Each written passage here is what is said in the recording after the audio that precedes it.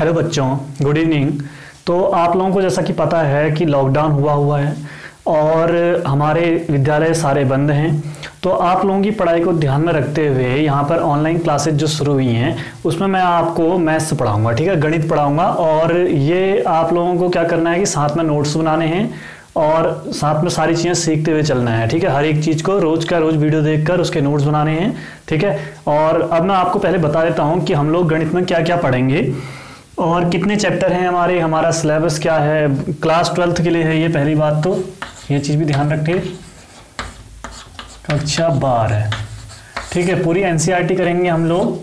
और उसमें देखिए सबसे पहले मैं आपको कुछ चीज़ें बता देना चाहता हूँ। जब हम पढ़ाई करते हैं किसी भी सब्जेक्ट की तो पहले हमें कुछ चीज़ें पता होनी चाहिए, जैसे कि हमारा सिलेबस क्या है और हमारे जो पेपर होते हैं वो कैसा होता है पेपर, ठीक है, उसमें कैसे क्वेश्चंस आते हैं, किस तरह का क्या पैटर्न रहता है। तो एक बार मैं आपको थोड़ा बहुत हल्का फुल्का बता रहा हूँ, बाकी हम जब पढ़ाई करेंगे तो साथ साथ में जो इंपॉर्टेंट क्वेश्चन होंगे आपको बताते रहूँगा, आप उसके ऊपर पे स्टार या इंपॉर्टेंट लिख सकते हैं, ठीक है। तो सबसे पहली चीज़ तो हमारे जो यहाँ पर चैप्टर हैं वो हमारे 13 चैप्टर हैं, ठीक है, 13 हमारे अध्याय हैं यहाँ, जिसमें से हमारे 6 जो अध्याय हैं वो पहली बुक में है। 2 बुकें होंगी मैथ्स की, एक पहली बुक होगी जिसमें 6 अध्याय होंगे और दूसरी बुक जिसमें बचे हुए 7 अध्याय होंगे।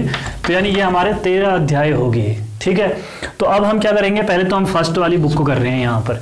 तो यहाँ पे जो 6 अध्याय है इसमें से जो पहला चैप्टर है उसका नाम क्या है, जो अध्याय 1 है उसका नाम है संबंध एवं फलन। संबंध एवं फलन, ठीक है। बाकी संबंध वो क्या कहते हैं आपको पता ही है कि हमारे जो रिलेटिव्स होते हैं यानी संबंधी होते हैं, तो इसे कहते हैं रिलेशंस एंड फलन को कहते हैं फंक्शंस, ठीक है। तो ये होगी हमारी संबंध और फलन, ये हमारा चैप्टर है। अब हम इसको पढ़ेंगे, ठीक है। अभी एक चीज़ और बता दे रहा हूँ साथ में ही कि आपका जो पेपर होगा बोर्ड का लास्ट में वो 3 घंटे का होगा, आपको सबको पता ही है। साथ में यहाँ पर जो मैथ्स है इसमें वहाँ पे 28 क्वेश्चन आते हैं, ये आपको ध्यान रखना है। इसमें से जो शुरुआत में कुछ क्वेश्चन आते हैं 10 क्वेश्चन, पहले क्वेश्चन के अंदर 10 पार्ट आते हैं, ठीक है। और 10 पार्ट जो होते हैं वो कैसे होते हैं, ऑप्शन वाले होते हैं। यानी आपको एक क्वेश्चन दिया होगा, 4 ऑप्शन दिए होंगे, ठीक है। आपको इससे देखना है कि कौन सा वाला आपका इस क्वेश्चन का आंसर है, ठीक है। तो उसको आपको करना है। ऐसे 10 होंगे, एक नंबर के 10 होंगे, यानी यहाँ पर हमें ध्यान रखना है कि हमारे पास ऑप्शन भी आने वाले हैं, ठीक है। तो ये चीज़ें तो हम बाद में एक बार अलग से वीडियो बनाकर डिस्कस करेंगे कि क्या क्या चीज़ें उसमें होती हैं। फिलहाल हम लोग अपना जो चैप्टर है इसकी कुछ शुरुआत कर लेते हैं, कुछ हल्का सा स्टार्ट कर लेते हैं बाकी, ठीक है। तो चलिए देखते हैं फिर। सबसे पहले जो हमारा अध्याय है रिलेशन एंड फंक्शंस, तो इसमें है क्या देखना, जो हमारे इसमें पहली प्रश्नावली होगी 1.1, उसके अंदर क्या है, आपको पहले रिलेशन के बारे में ही पढ़ना है, संबंध के बारे में, इतने के बारे में, फलन फिर बाद में आएगा। तो सबसे पहले हम बात करते हैं सिर्फ संबंध के बारे में, ठीक है। तो सिर्फ संबंध के लिए आप लोगों की बुक होगी, जहां तक मुझे लगता है किसी से मांग ली होगी, अगर नहीं मांगी है तो मैं आप लोगों को पीडीएफ भेज दूंगा। पीडीएफ में आप देख सकते हैं कि इस तरह से हमारा चैप्टर है संबंध एवं फलन।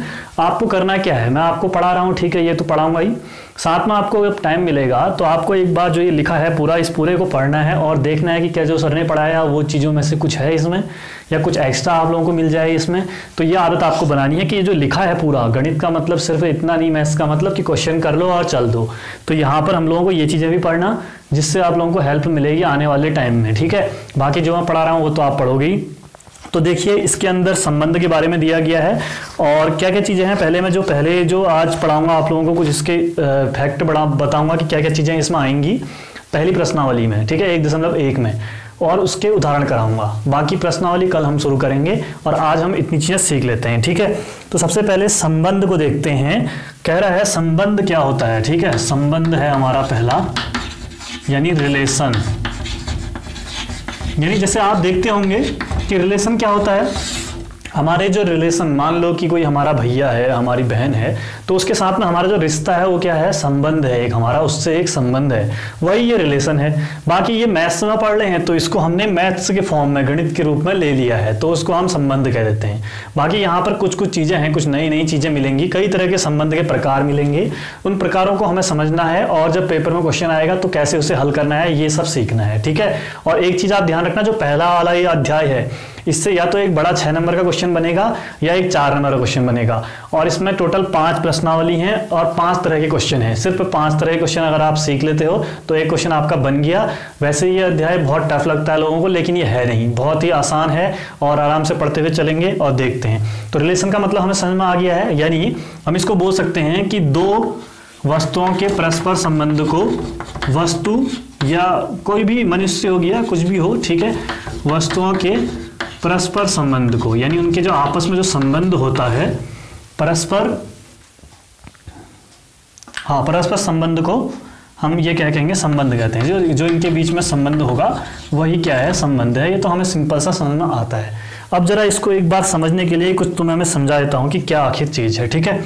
मान लेते हैं कि हमारे पास हमारा एक विद्यालय है, ठीक है, जो हमारा विद्यालय है आप देखते ही हैं। उसमें देखिए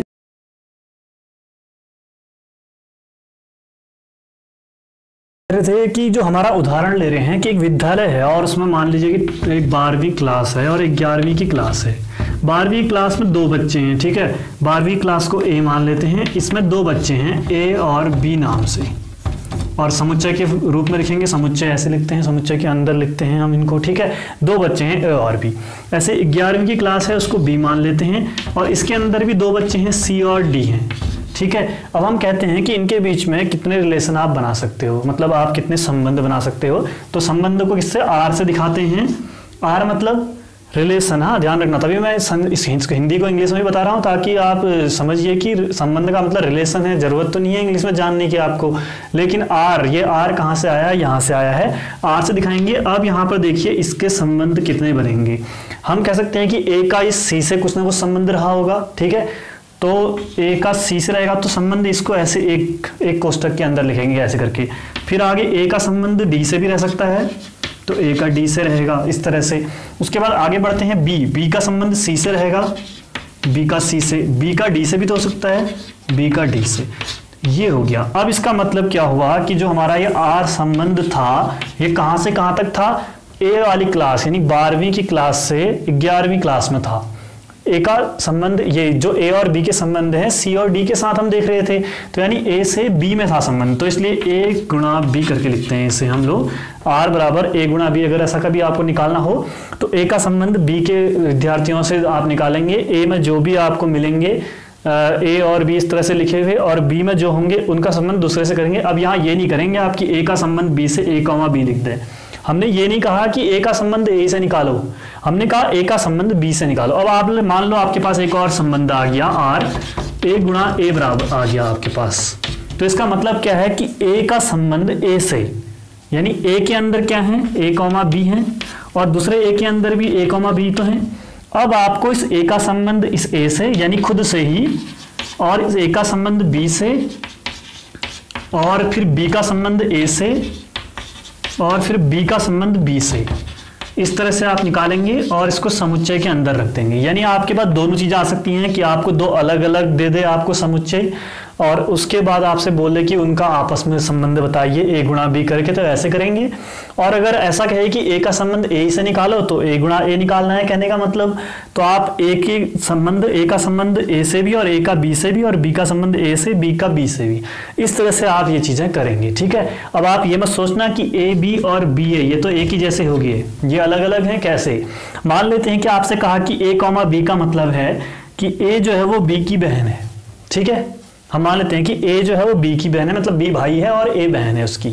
अगर आप ए कॉमा बी कहेंगे तो फिर आप कहेंगे ए है जो है वो बी की बहन है, मतलब पहला वाला दूसरे की बहन है कहेंगे। अब अगर आप बी कॉमा ए कहेंगे तो बी ए की बहन आएगा ना। अब हमने तो कहा था बी तो भाई है, बी बहन कैसे हो जाएगा ए का। तो इसका मतलब ए कॉमा बी अलग चीज है और बी कॉमा ए अलग चीज है। सेम मत समझना, इस तरह से संबंध निकालना कहीं पर हो सकता है हमें निकालना पड़े, ठीक है। तो हम इस तरह से निकालेंगे, समझ में आ गया होगा। बाकी मैं आप लोगों को पढ़ते पढ़ते आपको कुछ पता चलेगा इसका यूज कहाँ पर होना है। तो ये फिलहाल आपके काम का नहीं है, आपके काम का इतना है कि संबंध इसे कहते हैं। और बाकी ये चीज़ें अगर आप चाहें तो लिख सकते हैं कि एक कक्षा ए है जिसमें ए और बी रहते हैं, एक कक्षा बी है जिसमें बी और सी और डी रहते हैं। अगर आपसे पूछा जाए आर बराबर ए गुणा बी निकालिए तो आप ऐसे निकालना, और आर बराबर ए गुणा ए कहे तो ऐसे निकालना। लिख भी सकते हैं, बहुत काम की चीज़ है ये, आगे आपको जरूरत पड़ेगी तब आपको पता चलेगा। अब देखिए संबंध 2 प्रकार के होते हैं, संबंध के प्रकार, संबंध के प्रकार आ गए, ठीक है। तो यानी रिलेशन के प्रकार क्या क्या हैं गणित में। ठीक है, अब यहाँ पर दो तरह के ही संबंध यहाँ पर बताए गए हैं। जैसे लाइट का बटन होता है, हम बटन दबाते हैं ऑन होता है और बंद करते हैं तो ऑफ होता है, यानी दो ही तरह की चीजें होती हैं, या तो वो बंद हो गया यानी कुछ भी नहीं, या ऑन हो गया तो मतलब सब कुछ। ठीक है, तो इसी तरह से यहाँ पर भी है। तो पहला जो है वो है आपका रिक्त संबंध। रिक्त संबंध, अगर इंग्लिश में आप इसे देखें तो एम्प्टी रिलेशन। ठीक है, एम्प्टी रिलेशन, या इसको नल रिलेशन भी कह सकते हैं। एम्प्टी और नल दोनों सेम ही चीजें हैं, चाहो तो लिख सकते हो एम्प्टी या नल रिलेशन, कुछ भी कह सकते हैं, फिलहाल जरूरत नहीं है। आगे दूसरा है हमारा सार्वत्रिक संबंध। सार्वत्रिक संबंध, ठीक है, मेनली आपको हिंदी में आना चाहिए, अंग्रेजी में आए ना आए चल जाएगा। इसे बोलते हैं यूनिवर्सल रिलेशन। ठीक है, अब इन दोनों का मतलब लाइट के बटन से समझिए। ऑफ कर दिया तो मतलब कुछ भी लाइट नहीं है, बिल्कुल भी उजाला नहीं है। ऑन कर दिया तो उजाला ही उजाला हो गया कमरे में। अब ऐसा तो नहीं हो सकता ना हम आधा ऑन और आधा ऑफ रखें तो उजाला हो जाए, ऐसा कभी नहीं होगा। आपको पता है कि आधा ऑन ऑफ रहोगे तब भी अंधेरा रहेगा, यानी दो ही चीजें रहती हैं। वैसे यहाँ पर भी दो तरह के संबंध के प्रकार बताए हैं। पहला रिक्त संबंध। रिक्त मतलब आपको पता है कि कुछ भी नहीं होगा उसमें, यानी ये कहना चाह रहा है कि मान लीजिए आपके पास R बराबर A गुणा B है, मतलब A में वाले जो भी अवयव होंगे और B में जो भी अवयव होंगे, इन दोनों के बीच जो संबंध हो वो अगर जीरो हो, जीरो मतलब ना हो, कुछ भी ना हो रिलेशन। मान लीजिए कि एक हमारा स्कूल है, उसमें दो बच्चे पढ़ते हैं उस क्लास में मान लीजिए, और दूसरा किसी और दूसरी क्लास से चले, दूसरी क्लास ही मान लीजिए, उसमें दो बच्चे हैं, वो आपस में एक दूसरे से उनका कोई संबंध नहीं है। कोई किसी गाँव का है, कोई किसी गाँव का है, तो कोई किसी का किसी से संबंध ही नहीं है। मतलब एक क्लास के बच्चों का दूसरी क्लास से कोई संबंध नहीं है उनका आपस में।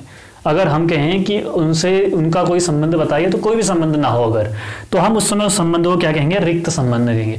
अब ध्यान रखिए, ये गणित चल रहा है और ये आप चल रहा है 11th क्लास में पहुंच गए हो, तो यहाँ पर हम जीरो नहीं लिखेंगे, यहाँ पर चीजें बदल रही हैं थोड़ा थोड़ा सा। ठीक है, तो यहाँ पर जो संबंध होता है उसको जीरो जैसे बनाते हैं ना आप, इसको ऐसे काट देंगे तो ये फाई होता है। क्या होता है, इसको रफ में लिख सकते हैं या वैसे लिखना फाई। पढ़ते वक्त आप फाई पढ़ोगे, इंग्लिश में पढ़ोगे तो PHI, फाई।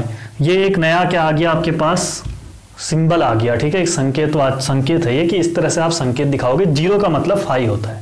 ठीक है, अब अगर कहीं पर आपको रिक्त संबंध दिखाना हो तो या तो आप फाई कहेंगे, या एक और तरीका भी है इसका। दूसरा तरीका क्या है, ये आपको लिखना है बाद में। ठीक है, एक और तरीका है, वो तरीका है कि आप बनाओ समुच्चय, और आप कहोगे कि समुच्चय के अंदर जब हम ये A गुणा B निकाल रहे थे तो यहाँ समुच्चय इसके अंदर लिखते थे ना, कॉमा कॉमा करके भी बनाया था पिछले। तो अब यहाँ पर आप बताओ कि कोई क्या संबंध है A और B के बीच का, A के अवयव और B के अवयव का? नहीं है, रिक्त संबंध अभी तो है ये। ठीक है, तो इसका मतलब इसके अंदर अगर कुछ ना लिखोगे तो भी ये क्या है, इसको दर्शाने का एक तरीका है। दो तरह से रिक्त संबंध को दर्शा सकते हो आप, या तो फाई लिख दो, लेकिन यहाँ पे आप ऐसे ब्रैकेट नहीं लगाओ। अगर कोई है ऐसा करता है कि ये भी लगा दे और फाई भी लिख दे तो ये गलत हो जाएगा पूरी तरह से। ये होगा तो सही होगा और ये होगा तो सही होगा, मतलब इसके अंदर कुछ भी नहीं है, तभी ये रिक्त है। अब ये रिक्त है, इसके अंदर आपने इस रिक्त को और रख दिया तो ये तो इसका मतलब रिक्त के अंदर एक रिक्त हो गया, यानी एक तो उसके अंदर हो गया अवयव ना, तो ये नहीं माना जाएगा। ये गलत तरीका है, ये दो सही तरीके हैं, ये आपको ध्यान रखना है। ठीक है, तो ये चीज आप याद रखिए। और जब आपको लिखना होता है पहले समझिए पूरा, जब लिखना होता है तो वीडियो को पॉज करना, फिर लिख लेना, फिर आगे बढ़ना। ठीक है, तो अगला सार्वत्रिक संबंध देख लेते हैं। सार्वत्रिक संबंध का मतलब क्या है, यूनिवर्सल रिलेशन। इसका मतलब है कि अगर मान लीजिए कि दो A और B दो इस तरह से हमारे समुच्चय दिए हैं, इसके अंदर भी कुछ अवयव हैं, इसके अंदर भी कुछ अवयव हैं, यानी दो क्लासें हैं, उसमें 10 बच्चे एक क्लास में, 20 बच्चे एक क्लास में पढ़ते हैं। तो एक क्लास के बच्चों का दूसरी क्लास में हर किसी बच्चे के साथ में अगर संबंध हो, मतलब मान लीजिए कि पहली क्लास का एक बच्चा जिसका नाम A से आता है, उसका संबंध दूसरी क्लास में जितने बच्चे हैं ना, हर किसी के साथ कुछ ना कुछ संबंध हो। ठीक है, मान लीजिए कोई दोस्त हो उसका, कोई भाई हो उसका, कोई बहन हो उसकी। ठीक है, इस तरह से कुछ ना कुछ संबंध हो, हर किसी के साथ हो। ऐसे ही फिर दूसरे बच्चे का संबंध भी सबके साथ हो, मतलब एक क्लास के बच्चों का दूसरे क्लास के बच्चों के साथ हर किसी के साथ अगर संबंध होगा तो यानी सारे संबंधी संबंध हैं, कहीं भी कुछ छूट नहीं रहा है, तो उसे हम सार्वत्रिक संबंध कहेंगे। ठीक है, तो सार्वत्रिक संबंध उसे कहेंगे। अब जरा इसे देख लीजिए एक बार, इसे दिखाएंगे कैसे। इसे दिखाने का कुछ तरीका है नहीं फिलहाल, अगर आप चाहो तो ऐसे लिख सकते हो उदाहरण में कि A एक है, इसके अंदर A और B हैं, और B एक है, इसके अंदर C, D और E है।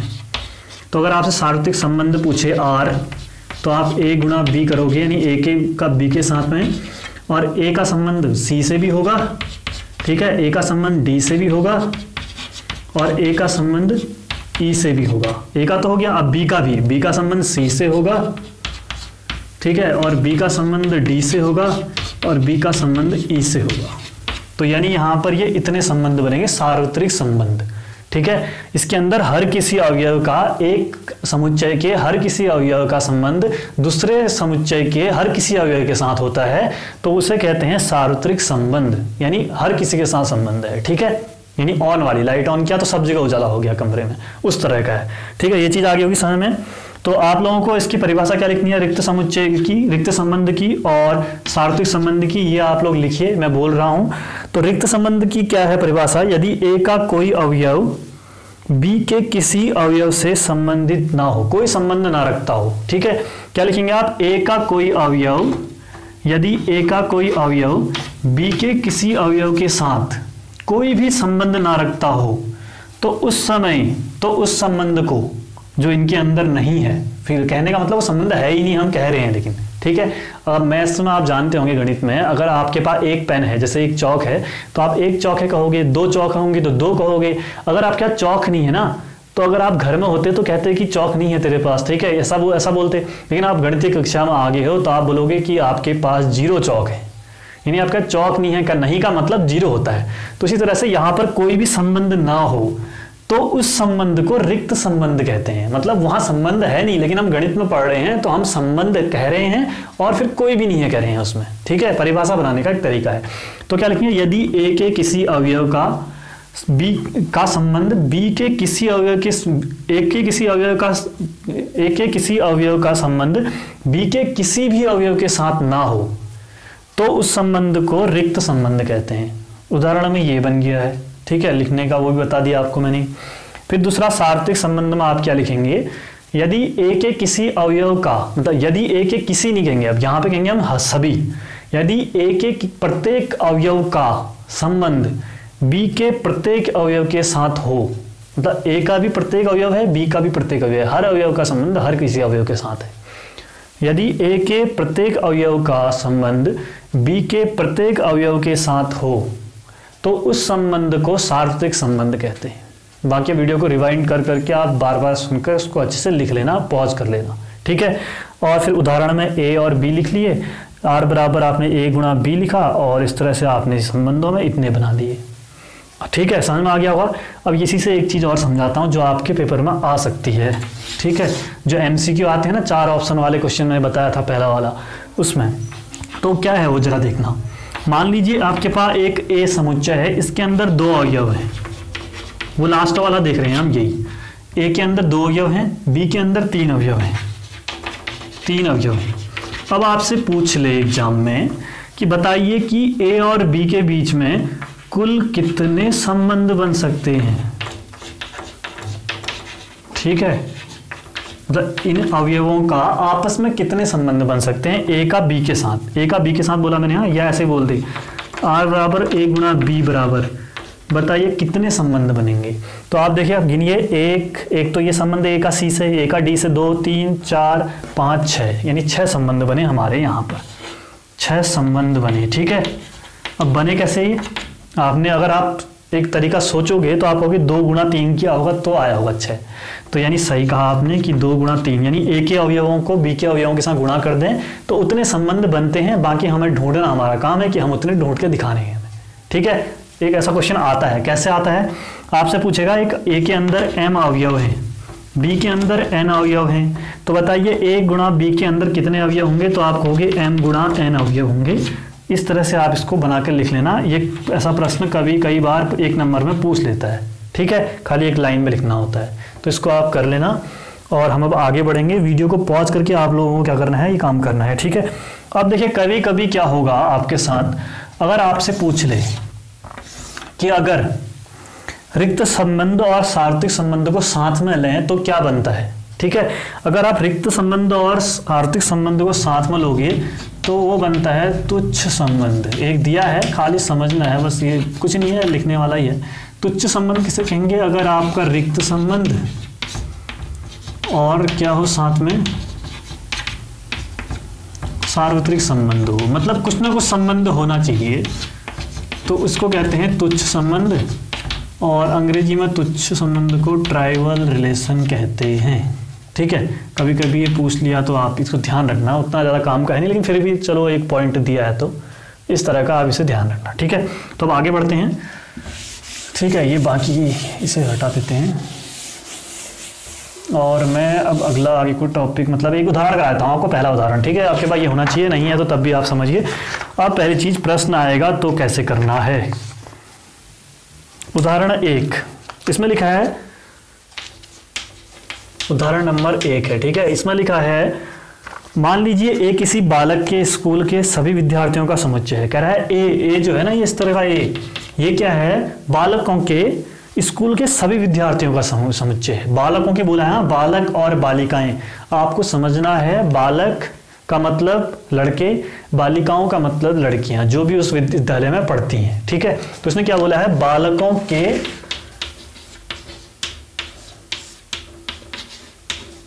विद्यालय का समुच्चय है। तो आपको करेंगे कैसे, आप क्वेश्चन तो उतारेंगे नहीं, तो आप लिखेंगे दिया है, और दिया है में लिखेंगे बालकों के विद्यालय का समुच्चय, मतलब एक समुच्चय है, इसके अंदर बालक हैं सारे उस विद्यालय के, बालक ही बालक, बालिकाएं को अलग रखा है अभी फिलहाल, तो यही पूछा है। आगे बोला है आपसे दर्शाइए, अब आपको दर्शाना है। ठीक है, तो आप बनाओगे एक हेडिंग इस तरह से छोटी, दर्शाइए, क्या दर्शाना है वो लिख लेंगे। आर बराबर, आर क्या है, संबंध, हाँ ध्यान रखना, रिलेशन, तभी मैंने बोला था इंग्लिश भी थोड़ा जरूरी है। ए कॉमा बी, यानी दो कोई होंगे अवयव। इसका मतलब अगर ऐसा लिखा हुआ कहीं दिखे तो इसका मतलब है ए बी की बहन है, इसका मतलब है ए जो है वो बी की बहन है, ये हमें दिया है वहीं से। ठीक है, हम अपनी तरफ से कुछ नहीं लिख रहे हैं। द्वारा प्रदत्त संबंध एक रिक्त संबंध है, यानी ये जो संबंध है ना, इसको दिखाना है आपने कि एक रिक्त संबंध है, ये आपने सिद्ध करके दिखाना है उन्हें, ये आपको दर्शाना है और यही आपको करना है। और बाकी आगे और भी दिया है, एक और दिया है इसकी, इसी में आगे और दिया है, तथा आर डैश, यानी दो आपको दिखाने हैं, तो आप A1 और 2 लिख लीजिए। आर डैश बराबर A comma B such that, आगे बोला है ए तथा बी की ऊंचाइयों का अंतर, ए तथा बी की ऊंचाइयों का अंतर 3 मीटर से कम है। ये दो दिए हैं, कम है। द्वारा प्रदत्त संबंध एक सार्वत्रिक संबंध है, इसको आपने दिखाना है कि ये एक सार्वत्रिक संबंध है। ठीक है, सार्वत्रिक संबंध दर्शाना है, आप लोगों को सिद्ध करके दिखाना है। ठीक है, तो ये बाकी चीज़ों को मिटा देते हैं, अगर लिखानी है तो पीछे ले जाकर वीडियो को पॉज करके पूरा अच्छे से लिख लेना, सारी चीज़ें बहुत काम की हैं। ठीक है, हर एक चीज़ को ढूंढ ढूंढ के लिखाया जा रहा है, कुछ भी छोड़ा नहीं जाएगा। तो आगे देखिए, अब इसको ज़रा करते हैं, बहुत ही सरल है, बस हमने अगर परिभाषा समझी है तो हम इनको आराम से कर लेंगे। कैसे करेंगे ज़रा देखते हैं। तो अब हल पर आते हैं। तो सबसे पहले पहला पार्ट आपसे बोला है कि ए कॉमा बी का मतलब ए बी की बहन है, इसको रिक्त का समुच्चय दर्शाना है आपने। तो पहले आप तो जो दिया है आपको संबंध वो लिख लीजिए, ए बी की बहन है। अब मुझे जरा बताना, ये रिक्त समुच्चय मतलब कि ये जो हमें दिया है संबंध, ये जीरो होता होगा, मतलब कोई भी इसको क्या नहीं करता होगा कि इसका पालन होता नहीं होगा उस जगह पर। किस पर? इस ए पर जो दिया है ऊपर, जो ए कॉमा बी है ना, ये ए के ही अवयव है, मतलब कोई दो बालक होंगे, हमसे बोला ना बालकों के विद्यालय का समुच्चय, तो ए और बी दो बालक हैं कोई। अब आपसे अगर बोले कि एक बालक और दूसरा बालक, एक बालक और दूसरे बालक की बहन है, हो सकता है क्या ऐसा? नहीं हो सकता। क्यों? क्योंकि स्कूल में सारे क्या हैं, सब बालकों के समुच्चय को लिया गया है, बालिकाओं को अलग कर दिया गया है। दो बालक आपस में भाई हो सकते हैं, बहन नहीं हो सकते। इसलिए जो हमें ये पहला वाला संबंध दिया है ना, ये रिक्त मतलब कोई भी संबंध नहीं दिखाता है, खाली कहने के लिए कह दिया है, कुछ भी नहीं है। ठीक है, तो हम क्या लिखेंगे इसमें? हम लिखेंगे कि विद्यालय में समस्त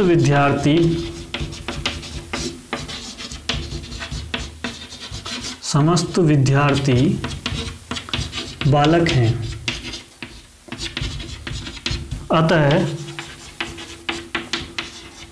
दो बालक बहन नहीं हो सकते, आपस में बहन नहीं हो सकते। ठीक है, तो अतः जो ये आर है ये एक रिक्त संबंध है, यानी ये कोई संबंध है नहीं, बस बोल दिया है उसने। ठीक है, लाइट ऑफ करोगे और आपसे पूछे कोई उजाला कितना है तो आप कहोगे उजाला है ही नहीं, उस तरह का है। ठीक है, तो ये हो गया सिद्ध। इतने में बस 2 लाइनें लिखनी है, इसमें आपको समझना है और लिखना है। ठीक है, इस तरह का क्वेश्चन ही। दूसरा वाला भी कर लेते हैं, आर डैश। अब ये R dash A comma B आपसे बोला है ये सब कुछ, तो आप ये सब कुछ लिख लेना। मैं इसको शॉर्ट में लिख रहा हूँ। ए की ऊंचाई में से अगर बी की ऊंचाई को घटाऊंगा तो 3 मीटर आएगा ना, लेकिन ऐसा भी तो हो सकता है बी बड़ा हो ए छोटा हो, तो हमने इसके बाहर से मॉड लगा दिया। इस मॉड का मतलब होता है कि इसके बाद जो उत्तर आएगा अगर ऋणात्मक होगा तो वो धनात्मक हो जाता है। ठीक है, आप दोनों की ऊंचाई को घटाओगे तो 3 ही आएगा हमेशा, चाहे आप ए से बी को घटाओ चाहे बी से ए को घटाओ। इस तरह से भी लिखा हुआ आ सकता है कहीं पर। ठीक है, ध्यान रखना, इस मॉड का मतलब जो भी उत्तर आएगा वो धनात्मक होगा, चाहे आप 2 में से 5 घटाओगे -3 आएगा तो ऋण वाला हट जाएगा और धन हो जाएगा। तो आप देखिए, अब आप क्या कहोगे कि 3 मीटर का मतलब जरा समझना, 3 मीटर भी लिख देना एम। 1 मीटर का मतलब 100 सेंटीमीटर। आपके पास बड़ी वाली स्केल होती है 30 सेंटीमीटर, वैसे 3 स्केल लगाओगे तो 90 सेंटीमीटर, और 100 सेंटीमीटर होने पर 1 मीटर होता है। अब बताइए कि जो ये बोल्ड की लंबाई है ना, ये 1 मीटर है। ठीक है, 1 मीटर लगभग होगी इस तरह से। तो बताइए कि 3 मीटर से ज़्यादा का अंतर हो सकता है। इसने ऐसा नहीं बोला 3 मीटर का अंतर हो, नहीं लिखा है, इसने क्या बोला 3 मीटर से कम बोला है। कम का मतलब यानी ये जो है इस तरह से आएगा, मतलब 3 बड़ा है ये कम है, और बराबर भी हो सकता है। बराबर तो होगा नहीं, फिर बराबर भी नहीं होगा, क्योंकि इसने बोला है 3 मीटर से कम है, मतलब 3 से कम होगा, 3 भी नहीं होगा ना 3 से बड़ा होगा। और 3 से कम का मतलब 0 का अंतर भी हो सकता है। मान लीजिए 2 विद्यार्थी बराबर ऊंचाई के हैं तो उनकी ऊंचाइयों का अंतर 0 हो गया। ठीक है, या थोड़ा सा बड़ा छोटा है तो हो सकता है 10 सेंटीमीटर का अंतर हो, तो मीटर में लिखोगे 0.100 से आप भाग दे दोगे तो 0.10 आ जाएगा, तो कम ही है ना वो। यानी 2 विद्यार्थियों की ऊंचाइयों का अंतर निकालोगे तो 3 मीटर से कम ही आना है। वो 3 मीटर का अंतर तो 1 मीटर से भी कम आएगा। ठीक है, चाहे बहुत छोटा बच्चा भी और बहुत लंबा भी होगा तो भी अंतर आप देखोगे 1 मीटर से भी कम होगा। तो इसका मतलब ये सच्ची बात है, क्योंकि इसने बोला है कि ए और बी, मतलब इसने ऐसा नहीं बोला कि ए और बी लड़का लड़की हैं, तो सब विद्यार्थी हैं, हमको पता है। तो इसका मतलब हम कहेंगे कि उपर्युक्त कथन सभी विद्यार्थियों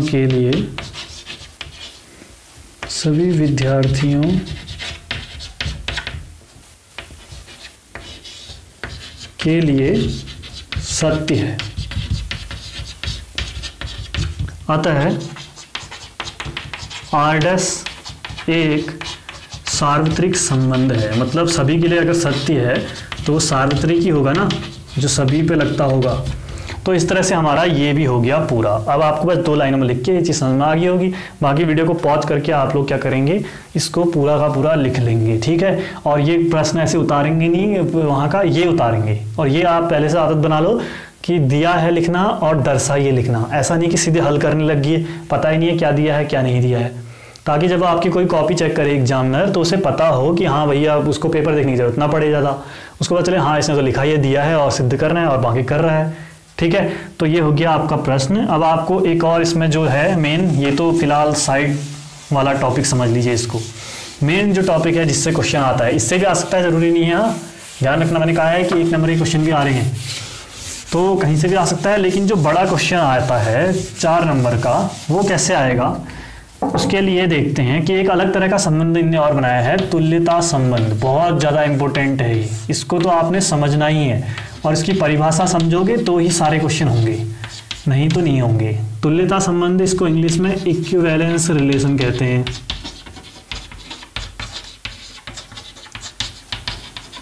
ठीक है, अब ये तुल्यता संबंध, आपको पता है कि कोई संबंध होगा, एक आर संबंध होगा, इसको तुल्यता संबंध सिद्ध करना है।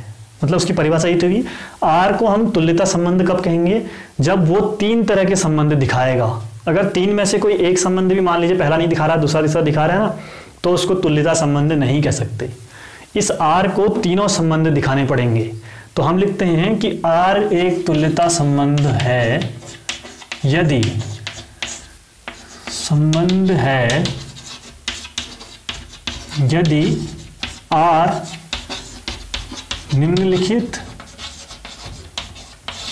संबंधों को दर्शाता है। अब नीचे लिखते हैं कौन से वाले, संबंधों को दर्शाता है, ठीक है। कौन से हैं फिर डैश करके पहला लिखते हैं। पहला संबंध है स्वतुल्य, स्वतुल्य, ठीक है। अब आपको आर जो एक संबंध दिया है, ये अगर स्वतुल्य हो तो ही क्या हो सकता है। अब जरा मुझे एक चीज और बताना, आर एक तुल्यता संबंध है, संबंध किस में होगा, किसी न किसी समुच्चय में तो होगा ना, ऐसे तो नहीं होगा सीधे से। तो हम क्या ले लेते हैं ऊपर पे ना कि एक कोई समुच्चय है, एक समुच्चय है जिसके अंदर ए बी सी 3 अवयव दिए हैं, इस तरह का लिख लेते हैं, ठीक है। बाकी फिर देख लेंगे, अवयव भी तो चाहिए ना। दो संबंध, मान लीजिए संबंध कह रहे हैं, हम कह रहे हैं कि वो 2 लड़के क्या हैं, भाई बहन है, ठीक है। एक 11 का है, एक 12 का है, वो भैया और भाई बहन है। अब हम क्या ये तो नहीं बोलेंगे ना कि वो भाई बहन है, बोलेंगे और कौन है, तो 2 लोग भी तो चाहिए ना हमें। तो वो लोग जो चाहिए वो ये अवयव है, समझ में आ गया। देखते हैं स्वतुल्य की परिभाषा क्या है। स्वतुल्य को इंग्लिश में क्या कहते हैं, ये भी देख लेना, रिफ्लेक्सिव, ये अंग्रेजी में बोलते हैं, बाकी आपकी मर्जी है। फिलहाल मैं तो बोलूँगा कि इंग्लिश में भी साथ में लिखते रहो, चाहे याद मत करो इंग्लिश में, लेकिन जब आप 12th के बाद आगे पढ़ोगे ना तो सब अंग्रेजी में आएगा, तो वहाँ पर बहुत मदद मिलेगी आप लोगों को, ठीक है। तो रिफ्लेक्सिव का मतलब क्या है जरा देख लेते हैं। हमसे कहता है, मान लीजिए कि हमें एक संबंध दिया है ए और ए, एक ए जो है हमें पता है ए क्या है, ए का एक अवयव है। इसके लिए अगर हमें जो आर संबंध दिया है, इसके अंदर अगर ऐसे अवयव हों ए कॉमा ए, ये वाले अवयव, इसको बोलते हैं बिलोंग्स टू। हाँ, बिलोंग्स टू क्या कहते हैं, कहीं पर लिख देते हैं। ये जो है ये एक चिन्ह है, इसका नाम है, इंग्लिश में लिख रहा हूँ मैं, बिलोंग्स टू। हिंदी में बोलते भी बिलोंग्स टू ही है। तो इसका मतलब है कि जो बिलोंग्स टू मतलब उससे संबंधित है, कि ए जो है वो ये ए के अंदर होगा, ये इसका अर्थ है, ठीक है, समझ में गए। लेकिन बोलते वक्त आपको बिलोंग्स टू बोलना पड़ेगा, चाहे हिंदी में बोले चाहे इंग्लिश में हो, दोनों जगह बिलोंग्स टू ही बोलना है। ए बिलोंग्स टू ए कह रहा है, ए जो है ए में है, तो जो संबंध ए कॉमा ए आएगा, मतलब ए का ए से ही संबंध, स्वतुल्य मतलब अपने आप से, स्व खुद से ही तुलना कर रहा है उसकी, ठीक है, खुद के तुल्य हो, तुल्य मतलब बराबर हो खुद के। तो कह रहा है कि ए कॉमा ए बी जो होगा ये कहाँ होना चाहिए, आर में, इस आर में। अगर इस आर, जो आर क्या है, संबंध है, सिंपल संबंध है, कुछ भी इसके बारे में नहीं पता, अगर इसके अंदर इस तरह का अवयव हो तो ये क्या होगा, स्वतुल्य। अब ये मैंने तो ए के लिए बोला है, बी के लिए भी यही होगा और सी के लिए भी। जितने अवयव होंगे ए के अंदर, उन सब के लिए ए बी बी सी सी, ये सारे इस आर के अंदर होने चाहिए। अगर इस आर के अंदर सारे नहीं होंगे तो आपका ये संबंध स्वतुल्य नहीं होगा।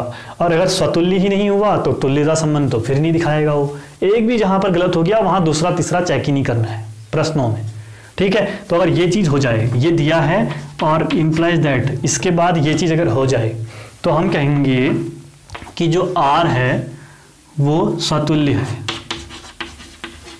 मतलब स्वतुल्य संबंध दिखाता है, ठीक है। दूसरा है आपका सम्मित। सम्मित मतलब समान, ठीक है, फिलहाल सम्मित, और इसको बोलेंगे आप लोग रिफ्लेक्सिव सिमेट्री, इसको बोलते हैं अंग्रेजी में सिमेट्रिक, ठीक है। अब यहाँ पर क्या है, अब मान लेते हैं ए और बी 2 अवयव चाहिए इस ए के, ये 2 ले लिए हमने। देखिए स्वतुल्य में एक ही अवयव चाहिए, सम्मित में 2 अवयव चाहिए, और इसके बाद जो आपका आएगा तीसरा वाला संक्रामक या ट्रांजिटिव, उसमें 3 अवयव चाहिए होंगे।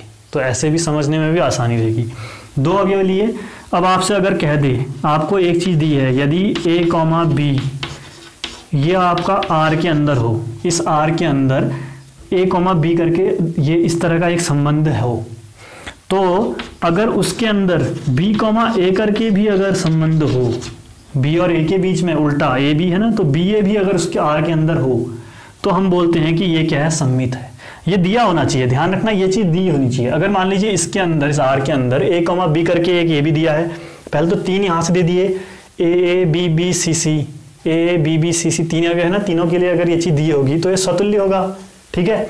और अगर उसी के अंदर अगर आपको ए कॉमा बी दिया गया है, अगर नहीं दिया है तो फिर तो कोई मतलब नहीं है। अगर दिया गया है ए कॉमा बी और उसी में इसका उल्टा मतलब 1 2 दिया है तो 2 1 बी ए भी हो उसी आर के अंदर, तो वो क्या होगा, सम्मित होगा। अब ऐसे ही हो सकता है ए सी भी दिया हो उसके अंदर, तो सी ए भी होना चाहिए, तब ये क्या होगा, सम्मित, ठीक ठीक है, नहीं तो नहीं होगा। एक चीज दी है उसका उल्टा नहीं है ना, तो नहीं होगा। समझ में आ गया? तो इसका मतलब यानी ये और ये समान रूप से होंगे उसमें। अगर ऐसा हो तो हम कहेंगे आर जो है वो क्या है, सम्मित है। आर संबंध मतलब सम्मित है। समझ में आया? तीसरा जो हमारा तीसरा संबंध तीनों को दिखाएगा तब होगा वो क्या, तुल्यता संबंध, नहीं तो नहीं होगा। तीसरा आपको दिया है, आपको तीसरे में क्या मानना पड़ेगा? तीसरा मैंने आपको बताया था संक्रामक। संक्रामक मतलब ट्रांजिटिव, ठीक है, ट्रांजिटिव। ट्रांजिटिव में क्या होगा, आपको तीन अवयव चाहिए, ए बी सी, ये तीनों बिलोंग करते हैं, ए के अंदर हैं ये तीनों, तो बिलोंग्स टू ए लिखा है। अब इसमें आपको दो चीजें दी होंगी, यदि आपको ए कॉमा बी ये भी आर में हो और ए कॉमा बी लिया ना, बी कॉमा सी ये भी आर में हो, ये दो चीजें आर में होनी चाहिए पहले से। अगर ये दो हों तो तीसरा भी होगा। कौन सा? ए बी ले लिया, बी सी ले लिया, तो ए सी, जो ए सी बचा ना वो भी क्या होगा, इसमें ही होगा। अगर ये भी इसमें हो, मतलब ये दो थे इसमें पहले से आर के अंदर, ठीक है, और ये तीसरा भी इसमें मिल जाए, तो हम कहेंगे कि आर जो है वो क्या है, संक्रामक है। अब जरा इस तीसरे को मैं थोड़ा और अच्छे से बताता हूँ। मान लीजिए कि तीन बच्चे हैं, ये है एक बच्चा और ये इतना बड़ा है, और दूसरा बच्चा इसका ही भाई है जो वो इतना बड़ा है, दोनों बराबर हैं, ठीक है। एक बार मैंने कहा कि जो पहला है वो दूसरे के बराबर है, और हमने फिर देखो किसी और बार मैंने देखा कि अब ये दोनों नहीं, दूसरा और तीसरा, कोई तीसरा था, वो दो बच्चे और मिले मुझे, ये दूसरा और तीसरा, ठीक है। एक बार देखा मैंने पहला दूसरा बराबर थे, और एक बार देखा मैंने दूसरा तीसरा बराबर है। तो अब जरा आप एक बार इन सबको देखोगे तो पहला और तीसरा भी तो बराबर होगा ना, ठीक है। वही चीज यहाँ पर है कि अगर आपको ए बी दिया है आर में, बी सी दिया है आर में, तो बी तो सेम है ना, तो ए सी जो बचा वो भी आर में होना चाहिए, तभी वो संक्रामक होगा, नहीं तो नहीं होगा। समझ में आ गया? तो इसको बोलते हैं ट्रांजिटिव। अगर ये तीनों संबंध वो दिखाता है, कोई आर एक संबंध दिया है हमें, वो संबंध अगर हमें ये तीनों के तीनों संबंध दिखाए तो उसे हम तुल्यता संबंध बोलेंगे। और अगर इन तीनों में से कोई एक भी अगर वो नहीं दिखा पाया, मान लीजिए एक नहीं दिखा पा रहा है ये वाला सम्मित, तो हम उसे तुल्यता संबंध नहीं कहेंगे। हम कहेंगे कि आर जो है वो तुल्यता संबंध नहीं है। अगर कोई भी एक ना दिखाए, दो दिखा रहा हो चल जाएगा, लेकिन एक नहीं दिखाएगा तो फिर गड़बड़ हो जाएगी। तीनों दिखाना जरूरी है। समझ में आ गया ना? इसको उतार लेना, इसी से क्वेश्चन बनेंगे। जैसे ये कर रहे हैं ना, ऐसे ही हम प्रश्न भी करेंगे, ठीक है। अब इससे मैं प्रश्न करवा देता हूँ, अभी भी आप लोगों को थोड़ा समझ आएगा। उदाहरण नंबर 2 पर आना आप, और 2 को देखते हैं क्या है। और ऐसे ही ये यहाँ से प्रश्न आएगा जो उदाहरण नंबर 2 है, मोस्ट इंपॉर्टेंट है, पेपर में ऐसे क्वेश्चन आते हैं। और अभी आप देखेंगे जब पेपर बाद में हम देखेंगे तो वो आएगा। अब देखो मैं नीचे का नहीं मिटा रहा हूँ, क्यों? अब मैं आपको दिखाना चाह रहा हूँ कि कैसे लिखते हैं और कैसे हल करते हैं। अगर आपको परिभाषा आती है ना, तो आप कैसे पूरे के पूरे क्वेश्चनों को समझकर आराम से कर लोगे। तो ये रहा। चलिए अब जरा मैं आपको उदाहरण नंबर 2 दिखाता हूँ कैसे करना है। उदाहरण नंबर 2 पढ़िए। मान लीजिए कि T किसी समतल में स्थित समस्त त्रिभुजों का समुच्चय है। T जो है ना, ये क्या है? समस्त दिया है करके लिखेंगे आप, पता है आपको, दिया है। T जो है वो समस्त त्रिभुजों का समुच्चय है, मतलब जितने भी त्रिभुज होंगे उन सभी को एक समुच्चय के अंदर इकट्ठा करके रख दो, वो है ये T, त्रिभुजों का समुच्चय। आगे बढ़ते हैं। कह रहा है समुच्चय T में R एक क्या है? हमें संबंध दिया है, R बराबर T1, T2 सच दैट कहते हैं इसे, ठीक है। T1 जो है वो T2 के सर्वांग सम है। अब आपको सर्वांग सम का मतलब आना चाहिए। सर्वांग सम या तो बिंदु नहीं होगा या गौनी होगा, ठीक है। सर्वांग सम है, ये आपको दिया गया है संबंध कि इसके अंदर T1 T2 करके, मतलब ऐसे बहुत सारे होंगे, T3 T4 T5। अगर आपको कहीं पे T1, T2 दिखे तो इसका मतलब T1 जो है वो T2 के सर्वांग सम है। सर्वांग सम और समरूप दो चीजें हमारी आती थी कौन सी क्लास में? सर्वांग सम आता था 9th में और समरूप आता है 10th में, ठीक है। तो अब वहां से आप इसको याद रखना। कैसे? मैं थोड़ा सा हल्की सी चीजें बता देता हूँ। मान लीजिए कि यहाँ पर हमारे पास त्रिभुज है, तो त्रिभुज में ही लेते हैं, जल्दी समझ में आएगा। ये त्रिभुज है और सेम इसी के बराबर, इसी की ऊंचाई चौड़ाई इसके ऊपर रखोगे ना, बराबर फिट आ जाएगा। एक दूसरा त्रिभुज है और एक तीसरा त्रिभुज है जो इन्हीं का जैसा दिखता है लेकिन बड़ा है, ठीक है। अब जरा देखिए, अगर दो त्रिभुज जिनकी लंबाइयाँ, एक ये लंबाई इसके बराबर, ये इसके बराबर, ये इसके बराबर, ये कोण इसके बराबर, ये कोण इसके बराबर, ये कोण इसके बराबर हो, मतलब एक दूसरे की फोटोस्टेट हो, ठीक है, एक दूसरे के बराबर हो, तो वो क्या है, सर्वांगसम त्रिभुज कहलाते हैं, ठीक है। इसके लिए हम लोग कई नियम पढ़ते थे सर्वांगसम सिद्ध करने के लिए, एस एस एस, ठीक है, भुजा भुजा भुजा तीनों को बराबर दिखा दें, या S A S A S R H S, 5 तरह के रूल होते थे, नियम होते थे 9th में, वो क्या होते थे, उससे हम सिद्ध कर सकते हैं दो त्रिभुज सर्वांगसम है या नहीं है।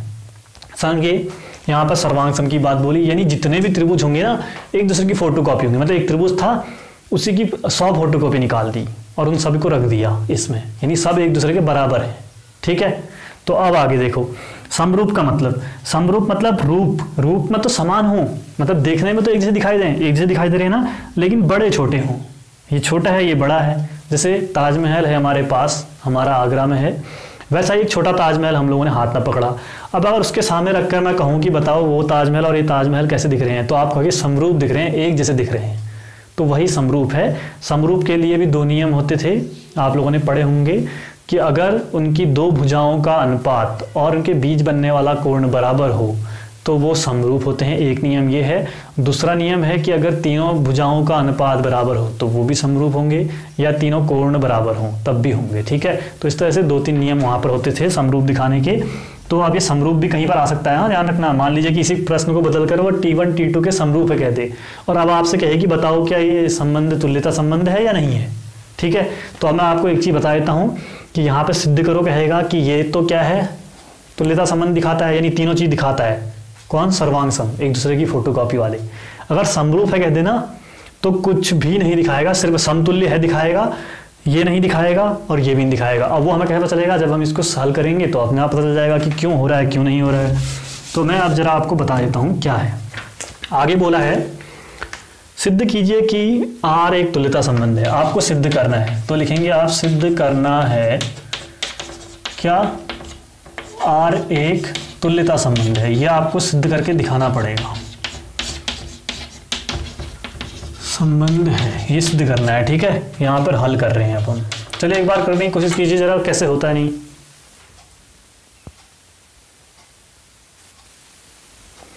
चलिए ठीक है, तो मैं करके दिखाता हूँ, आप लोग एक बार समझ लीजिए, फिर आप हर क्वेश्चन ऐसे कर सकते हो। हर एक क्वेश्चन को, कोई क्वेश्चन ऐसा नहीं जो आप ना कर पाओ ऐसे ही, पूरे प्रश्नावली 1.1 के अंदर।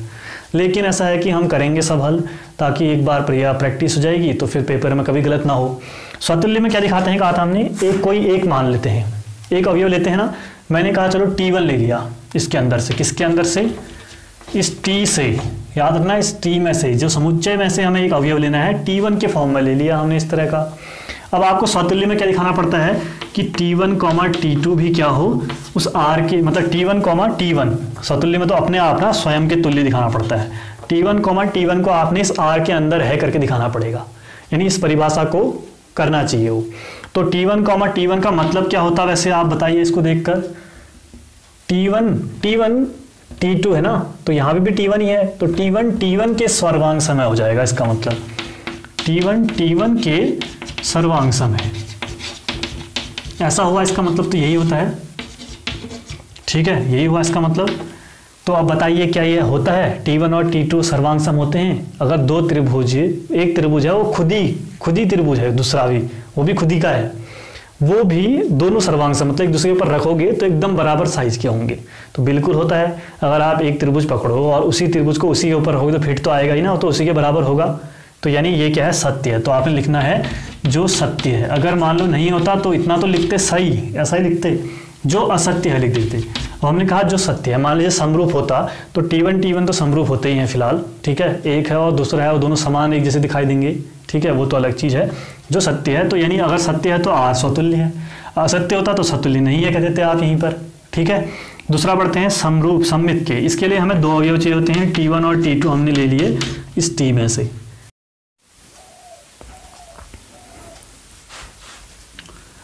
हाँ, तो हम बात कर रहे थे सममित। सममित में क्या होगा, दो अवयव होंगे T1 और T2 जो T के अंदर होंगे। अब आपको देखिए T1, T2 ये दिया गया होगा ऊपर वाला, ठीक है। तो आपको T2, T1 दिखाना है, ये आपने पढ़ा था, ठीक है, जब अभी परिभाषा पढ़ी हमने। तो देखिए T1, T2 इसका मतलब क्या है, T1 T2 के सर्वांग सम है, ठीक है, पहला वाला दूसरे। अगर T2, T1 इसका मतलब क्या होना चाहिए, T2 जो है वो T1 के सर्वांग सम है, ये होना चाहिए। अब आगे पता नहीं है हमें सत्य है असत्य है। अब T1 जो है वो T2 के सर्वांग सम है, ये इसको इसके ऊपर रखेंगे तो ये बराबर फिट आ जाएगा। अब आप T2, T1 अगर आप कहेंगे T2 T1 के सर्वांग सम है तो T2 को T1 के तब भी तो वो फिट आएगा ना। तो यानी ये सत्य है, ये सही बात है, एक दूसरे के तो दूसरा भी उसके होगा ही होगा। यहाँ पर तो करके देखना है, सीधे लिखना नहीं है, ठीक है। आगे तो इसका मतलब R जो हो गया वो सममित हो गया, ठीक है। इसका मतलब इसको समीकरण A मान लीजिए, इसको B। तीसरे में आते हैं सर्वांग संक्रामक में। इसमें क्या है, 3 अवयव चाहिए, 3 अवयव ले लिए मैंने T से। 2 चीजें आपको दी गई होंगी, T1, T2 दिया होगा, T2, T3 दिया होगा। आपको T1, T3 दिखाना होगा। तो आप कहेंगे कि T1, T2 यदि लिखा है हमने तो इसका मतलब क्या है, T1 T2 के सर्वांग सम है, T2, T3 इसका मतलब क्या है, T2 T3 के सर्वांग सम है, ठीक है। अब देखिए T1 1 जो है वो 2 के, 2 जो है वो 3 के सर्वांग सम है, यानी पहले को दूसरे के ऊपर रखो फिट, दूसरे को तीसरे के ऊपर रखो फिट, यानी तीनों तीसरे में फिट आ रहे हैं। तो इसका मतलब पहला और तीसरा भी तो फिट आ रहे होंगे, ठीक है, सर्वांग सम होंगे। तो इसका मतलब T1, T3 हमें दिखाना होता है। परिभाषा से पढ़िए, ध्यान करिए और उसको देखिए। तो इसका मतलब T1 T3 के सर्वांग सम है। अब ये चीज़ आपको दिखानी है, ये तो लिख तो दिया हमने उससे परिभाषा से। अब नीचे लिखेंगे जो सत्य है, अगर है तो, नहीं है तो जो असत्य है लिख दोगे, ठीक है। तो इसका मतलब R संक्रामक भी है, इसको समीकरण 3C मान लीजिए। तो A को देखिए, B को देखिए और C को देखिए, तीनों चीज़ों से पता चला हमें तीनों चीज़ें हो रही हैं। तो इसका मतलब समीकरण ABC से R तुल्यता संबंध दर्शाता है। तो ये हो गया तुल्यता संबंध दिखा रहा है ये प्रश्न। ऐसे ही आप लोगों को एक क्वेश्चन खुद करना है, जो है आपका प्रश्नावली 1.1 का 12वां प्रश्न, जिसमें दिया है T1 T2 के समरूप है। इस सर्वांग सम की जगह समरूप दिया है और आपको यही चीजें दिखानी है। अब इसको आपको घर में करना है आज, और इसके नीचे पर ही करना है, ऐसा नहीं कि प्रश्नावली डालनी नहीं है। कल हम उसके आगे के उदाहरण करेंगे और फिर प्रश्नावली शुरू करेंगे। इसके नीचे पर ही प्रश्न संख्या आप डालकर वाली और उस प्रश्न को इसके नीचे पर कर लेना, ठीक है। और तब मिलते हैं फिर कल, और तब तक के लिए घर में पढ़ो, इसको दोबारा रिवाइज करो, क्योंकि शुरुआत का चैप्टर है। अधिकतर लोगों को इसमें देखिए, इसमें अधिकतर हम थ्योरी लिखते हैं ना, तो कई सारा लिखना पड़ता है, तो उस वजह से लगता है कि टफ है। लेकिन आपको मैंने जो परिभाषा बताई है और जिस तरह से करना सिखाया है, उसको देखोगे और इसको देखोगे तो आपको एक जैसा दिखेगा। आगे आने वाले क्वेश्चन देखोगे तब भी सेम तरह का फॉर्मेट होगा और उसी तरह से हम लोग करते हुए चलेंगे, आगे सब कुछ आ जाएगा। तो कल करेंगे इसके आगे के प्रश्न।